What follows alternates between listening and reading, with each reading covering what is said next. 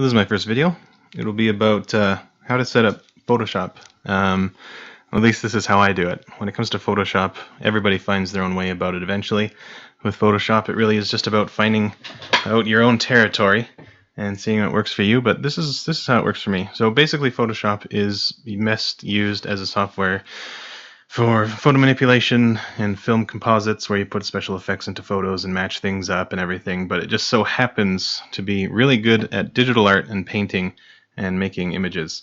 It'd be kind of nice if they did have a simpler version of Photoshop that just gutted all the extra stuff, but being able to do it yourself pretty much helps out and gets the point across. So I'm just going to set it up how I use it. Right now, this is the default brand new Photoshop Creative Cloud 2015, and as you can see, it's got a lot of all these little windows and things, and I'm just going to clean it up and get it to how I like it. I'm just going to cut away all the stuff that I don't use.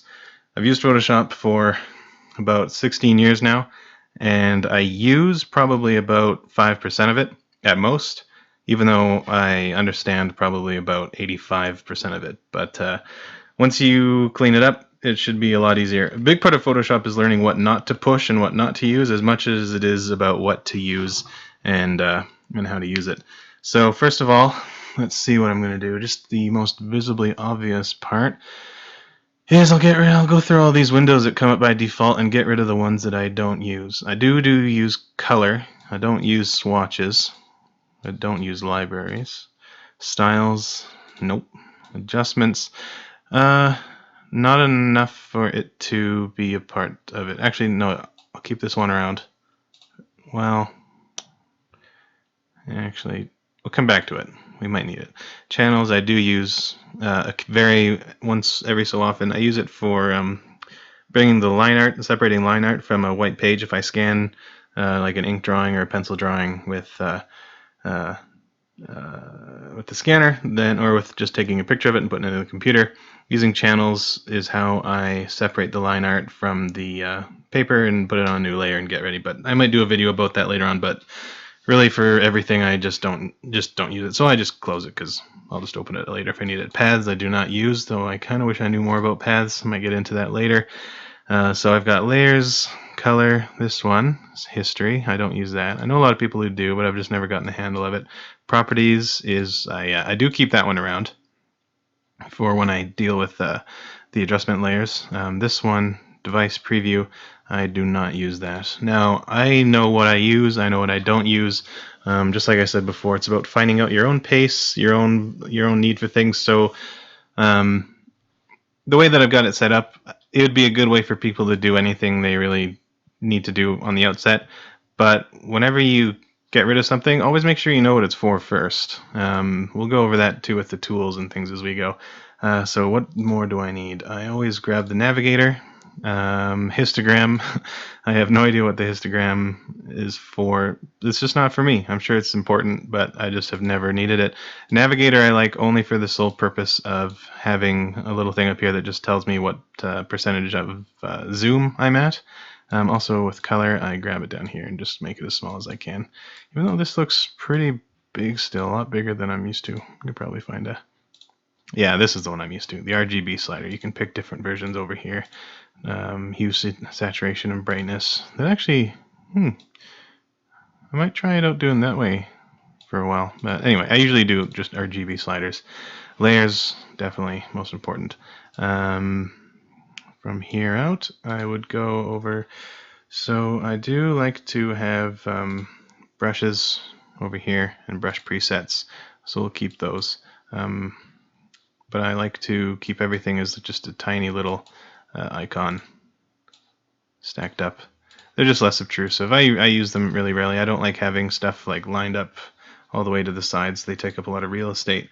Let's see what else I use. Channel, character. Usually I'll bring out the character and character styles and some typography things, but I won't do that until I need text, and then I'll just leave it up. But this is just about digital painting. Let's try an F1 mic mute. Okay, good. This is my cough button, so I just tried that out. Okay, what else is next? So The other big thing about Photoshop is it's really annoying when you're getting in the groove of things and you accidentally hit a button for a tool that you're not going to use. Or if I remember, there was back in like an older version, there was like a notes function. You'd press N, which is right beside B for your brush, and you'd hit N and it would put a little notepad thing on your page that you couldn't take away unless you really got into it. And it was just this really big annoying mess. So then I realized, wait, why don't I just go to the keyboard shortcuts and get rid of stuff? And so that I never need to worry about accidentally touching the wrong buttons. So we'll go to Tools. Now, same thing with the Windows is I would always recommend that don't just do what I do because I do it and I say to do it and I recommend it. That's not a good enough reason. You got to know why for yourself, why you're getting rid of this stuff or why you're including it. So if you're going to be going through and if you like this idea of removing tools that you don't use, then just make sure that it's the tools that you don't use. So only get rid of something if you know what it's going to do. You know why you're getting rid of it. I don't use the move tool because you can just hold control and it does it for you. So delete that. Artboard tool, don't use it, don't know what it does. Marquee tool I do use, same with the elliptical marquee tools. Even though these have the same letter attributed to them, you would just hit M to select your marquee tool over here. And then if you want to get to the elliptical one, which shares the same key, you would hold Shift and then press M and it'll cycle through. The same thing goes for any tool that shares the same letter. Okay, so single row marquee, these two I don't use anyway. Lasso tool, these are all really valuable, these three lasso tools. Magic wand is good. Eyedropper tool I don't use because you just hold Alt and that makes your brush into the eyedropper tool. Close all of these. Ruler tool, never use. Color sampler tool, never use. Note tool, definitely don't use. Count tool, don't use. Perspective crop tool, nope. Slice tool, nope. Slice select tool, nope. Spot healing brush, no. I never use any of these photo manipulation tools. Every once in a while I might use the liquify filter, but that's just really rare. I never. But if you're doing, use these if you want. Keep them around if you want. If this is going to be part of your workflow, do it. This is just how I work. I just like try and keep it really simple. Pencil tool, yeah, sometimes comes in handy. Color replacement tool, nope. Not this one. Clone stamp, nope, nope, nope. Brush history tool, nope. Art history tool brush, nope. Don't even know what that does. Not this one, not this one. Gradient and paint bucket I do keep around. 3D material tool, drop tool I do not use. Dodge and burn, definitely not. Sponge tool, nope. Pen tool, I use it so rarely that I just get rid of here on the hotkeys or on the shortcut so that I don't accidentally push it. I use it rarely enough that, at least everything is always right here. So it's not a big deal. You're not going to lose these tools. They're not going to be gone. You can always bring them back. And they're always going to be accessible from your menu on the left here. So don't worry about losing anything. Type tool, yep. Vertical type, nope, nope, nope, nope. All these text tools, nope. Just regular type. That's all I ever use in Photoshop. Path selection tool, nope, nope. I do keep U from line all the way to all of these because you can always cycle through. So the line tool does come in handy. Actually, I'm just going to keep it just for that because I never use these shapes. I just use the line. It's the only thing for doing like perspective grids and things. Hand tool you do not use because if you just hold down space, it toggles your not toggles, but as long as you're holding down space, the tool that you got will become the hand tool, and then you let go and it goes back to normal. Rotate view tool is actually pretty handy. Zoom tool I do not use because you just hold Control and space or Control Alt space, and whatever your tool you've got becomes the magnifying glass. Default foreground, background colors, use it all the time. Switch to background, foreground all the time. Q I get rid of. F absolutely keep. And all these brush adjustment things I do. Actually, toggle preserve transparency, nope. Increase brush hardness and decrease it, no, I'll get rid of those. Same with these next brush and first brush. That might come up in another video. I'm going to do another video about my brushes. Okay, so that's the tools, and I'm going to see, does it just remember, or does it, actually no, is this the save? I'm just going to double check how to save. Yeah, let's save them all. So this, we'll just save that in there, and then we'll save a new one. I'm just going to call this one Tom, big capital letters, so I always know that it's me, in case I crash or need to restore anything, and it's always just nice to have it backed up. So you can it's just part of marking your territory. So that's the tools, application menus. There are a couple of these that I do is change. So let's go through. I never use bridge, so I'll just delete these. Just trying to get rid of things that can bring up a menu or change something or a setting or whatever that'll just get in the way once you're on a flow. Open as, I have no idea what that even does. Close and close all is great. I never use close all because I don't have many things open because I try to keep my RAM from being overloaded. Close and go to bridge, never use. Save and save as are good as can do. Revert, I never use. Export, never bother with. Save for web, never bother with. Just because I don't bother with them doesn't mean they're useful or good. If they're useful and good, to keep them around. This is just stuff that I do not use. Print, sure. Print one copy. I can just do that from the print menu, Control Q. Don't want to accidentally hit that. Edit. So undo, redo is fine as is. Step forward is fine. I just keep these around. Step backward. I usually just do this one anyway. So fade, I have no idea what that is, so I'll get rid of it. Cut, yeah, I'm gonna get rid of the F functions. Those will come up. I'm gonna do a little video about actions and the actions that I use that come in handy. So delete that. Oh, I hit escape. Okay, copy merged. Yeah, that one's useful. Okay, F3. Let's see, F4. Paste. So there's special paste and paste in place. Paste should do what paste in place does. Paste in place, just if you cut something or copy it and you paste it down with paste in place, it'll put it back where the thing that you copied is from. But if you're just using paste, it just puts it randomly in a corner and you got to drag it in, and then it's really annoying to line it up. So what I do is I delete the one Control V for paste, and for paste in place, I just put it right here, Control V for that one, so it never messes up. Paste into, I have no idea what that does, so I just delete it. Even though it's a pretty complicated button chain that I'm not going to hit by accident, I just like to try to keep everything in here as clean as I can, and then I can add features when I need them. Fill, just going to delete that. Content aware scale, never use it. Free transform, use it all the time.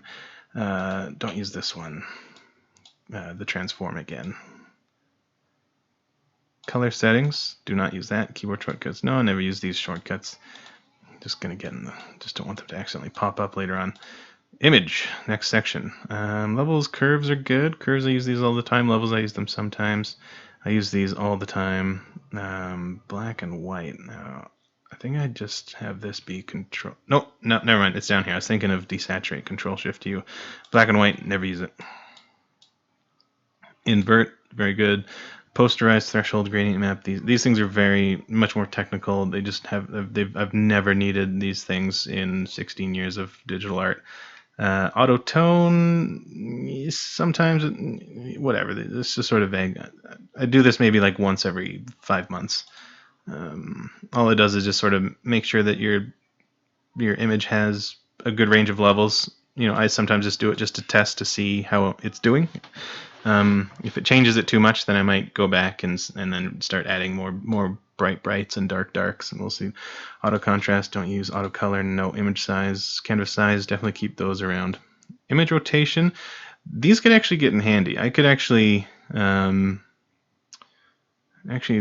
this will save me some time. Flip canvas horizontal. I always set up an action that does this because when you're drawing, it's incredibly valuable to switch things back and forth, flipping horizontally, because people have sort of like left-handedness or right-handedness, and it affects their drawing. So if you're drawing right-handed, if you're not aware of it, your drawings can tend to lean to the right or get more exaggerated as you go to the right, vice versa for left-handed. But if you have like a quick and easy way to flip your image horizontally, it shows you how off or on you're getting with your symmetry or with keeping things on model. So I usually set up an action to flip things on flipping the canvas horizontal. I always put that to F2. So what I'm going to do, flip canvas horizontal, is F2. So F2 can be assigned to actions, which will override this command. Okay, that's fine. It's not going to be an action. I'll just keep it there. Just keep my action things clean. Flip canvas horizontal. Not really an issue for me. Crop, trim, reveal, duplicate. I could see a lot of these things being valuable, but it's a lot of this is just discovery. I want if you're just going to do what I do, That's not a good idea. You gotta. This might just be a good place to start off, but I really encourage you guys to just to explore as much as you can and see if there's stuff that you use that I don't. I've had students teach me about functions that I've always heard about but never used, and there's one. It was create clipping mask, and I had a student ask me what it was, and I said I don't know, and I tried it out, and it was an immense time saver, and I use it all the time now. I'll go into that later. It came up really handy when I was coloring the graphic novel that I just finished. It was 186 pages. I was able to, with having a couple helpers, I was able to color it all in 30 days, and I think a big part of that had to do with just creating clipping masks. It was great. I'll go into that in another video at some point in the future. Okay, so layers. Yep, yep, layer, a new layer. Yep, that's good. For a group, I'll usually do Control G for group. That comes in handy. Actually, undo changes. I'm going to undo that. The other one, it's already set up in the right spot, so never mind. I thought it was missing. Control J. Yeah, that just duplicates your layer or what you have selected on a layer. It comes in handy all the time. Control Shift J. Never use that. Quick export is a PNG. Never use it. Export as. If I ever have to export something, I just go through the menus. Again, just trying to keep things as simple as possible. Create release clipping mask. Ooh, I didn't know there was a shortcut for this. I'm learning things every day, just ranting and raving about creating clipping masks, and here we go. So Control Alt G. Yeah, I could use that.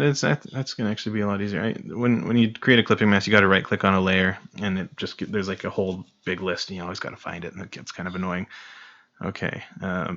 Group layers, Control G. There we go. That's what I wanted. Ungroup layers. Yeah, I guess I could keep it, but let's just keep it clean.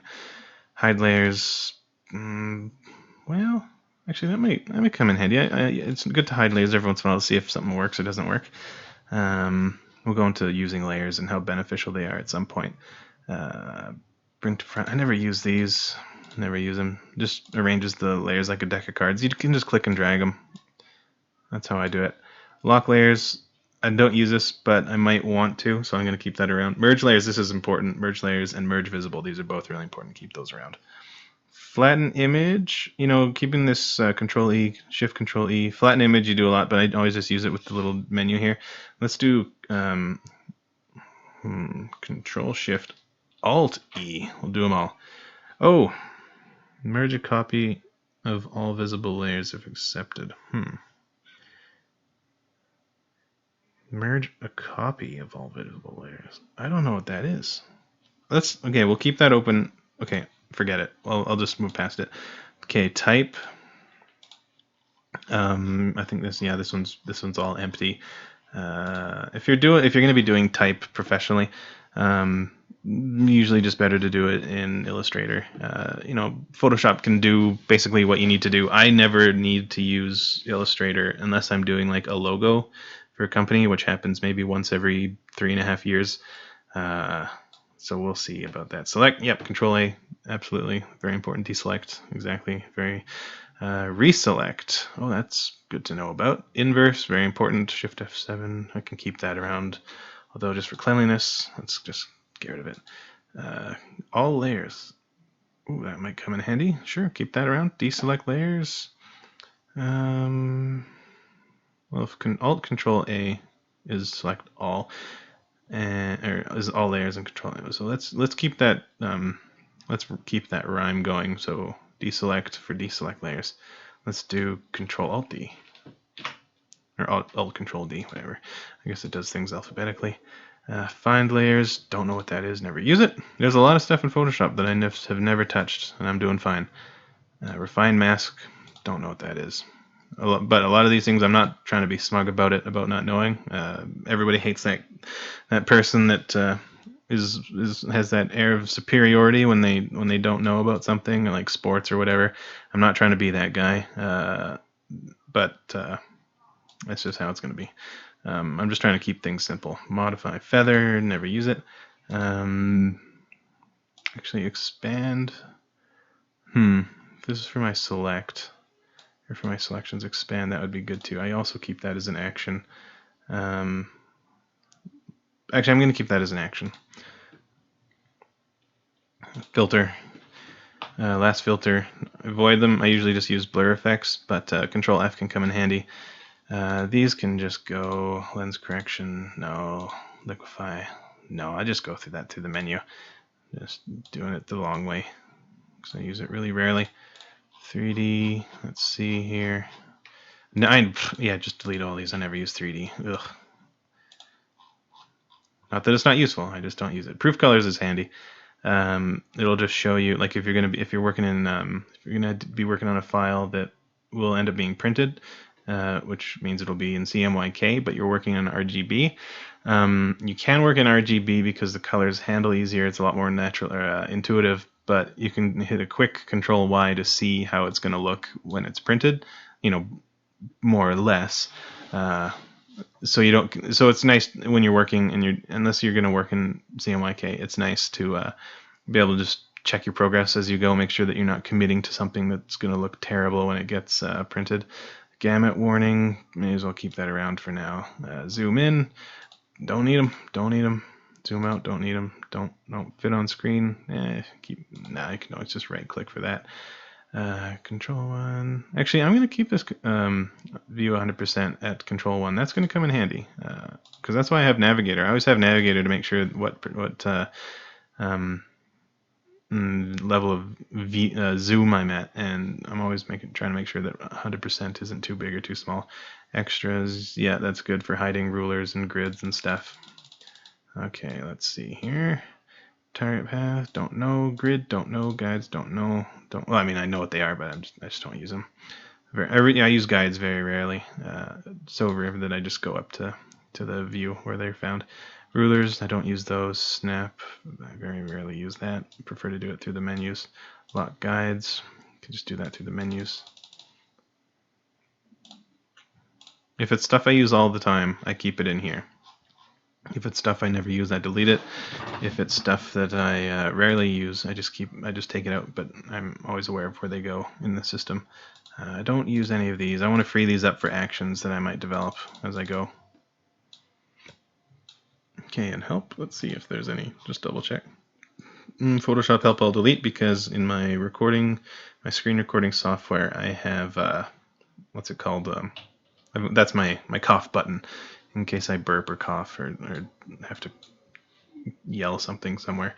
Okay, so panel menus. These ones, I'm pretty sure they keep these all pretty much naked. So we'll keep that way. So back to just make sure there. Yeah, and then we want to save all these. Yeah, let's keep them at Tom's. Yeah. So we got them all saved up. Okay, that's good. So we've got our workspace and our shortcut keys all trimmed down and arranged how I like them. So just the good thing about setting it up how this way with the different workspaces up here is I'm going to make this a new workspace. I'm going to call it Tom in big capital letters. So we'll keep keyboard shortcuts and menus, and so that way I can mail this to myself with my work account or do whatever, and I can just get back to working how I like no matter where I go. So that's great. So I'll save that. So I can go to the essentials, or I just remember that. Okay, so I can go to like the 3D. I can do like set up the painting sort of setup. I can work on the typography ones where it sort of loads up what it thinks you're going to find most useful, or I can just go to Tom and just load it up how I like it. And that's a really awesome new thing that they do in Photoshop now. Let's see what else we can do next. Actually, I'm going to call that a video. This is just how I get set up for Photoshop, and just trimming the fat, cutting right to business. Just keep it simple. Don't get overwhelmed. Photoshop, remember, is about learning what not to do, learning what's not important, what you don't need to worry about, as much as it is about learning how it works and what to do about it. So I hope this was useful. I hope this makes Photoshop a little bit less intimidating.